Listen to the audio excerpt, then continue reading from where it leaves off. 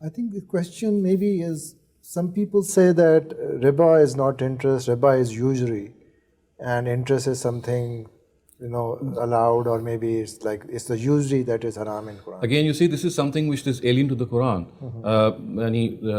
This is one of the reasons that the Quran has actually underscored when it has said in Surah Al-Imran, I think the words are La ta'kulu riba adha'afa muza'afa, which mean that do not consume interest doubling and doubling even more, az'afa muza'afa, which actually led to this belief that perhaps riba is something in which you charge exorbitant interest, which is usury. Yeah. And this, of course, is not the case, because the word az'afa muza'afa, they are basically meant to convey the heinousness of the act itself.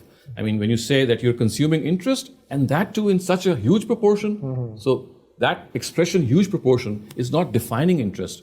It is pointing out the heinous nature of interest. It's much like saying, well, you're telling a lie, and that too in a mosque. Does that mean that you can tell a lie outside the mosque? Of course not.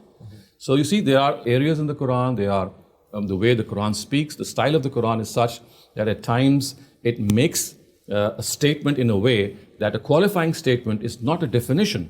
It is basically meant to express or comment on the nature of the act itself. So when the Quran said that do not consume interest doubling or quadrupling, it didn't mean that you should consume interest at a lesser rate. It meant that you are consuming interest, and that too in such a proportion. So this is how the Quran actually speaks regarding interest. And this is just one verse. Otherwise, you can find 3 or 4 other verses in the Quran very similarly, in which the concept of az'afa muza'afa, or doubling and or redoubling, is not even mentioned. For example, in Surah Baqarah, it is just said, La ta'kulu riba. La ta'kulu, which means, or it says, Allazina ya'kulunu riba la yaqumuna, again in Surah Baqarah.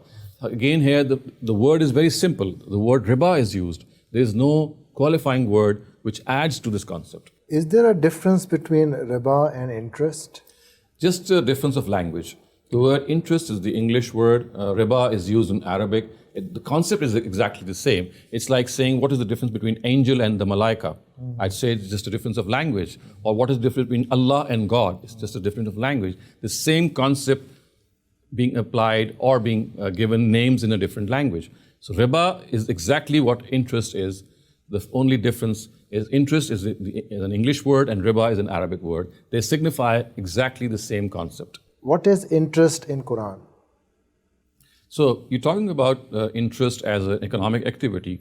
So you need to understand that the Quran has not been revealed. As a matter of fact, none of the divine books have been revealed to define a certain economic activity.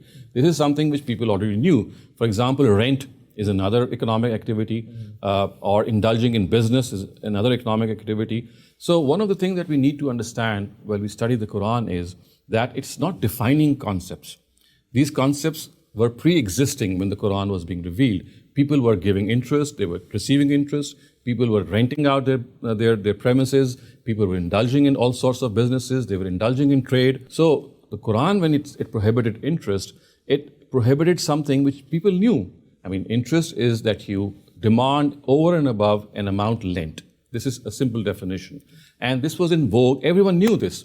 And the Quran just said, and by the way, it's not just the Quran, even in the previous scriptures, the Torah and the Injil, we do find this prohibition. And it had been, legalized in a certain way, but as far as charging of interest is concerned, it was something which was always prohibited.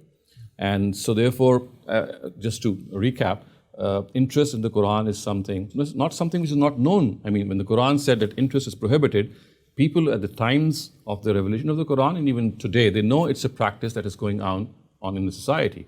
The Quran just said it's something very unjust. It is something which cannot be tolerated because it amounts to extortion. It is something which is immoral. So it's much like saying that adultery is prohibited. And if you ask the Quran that what is adultery? Again, this would be a wrong question, because things which are already present in the society, they are referred to in the Quran. And the Quran is a book which is referring to concepts which are prevailing in the society.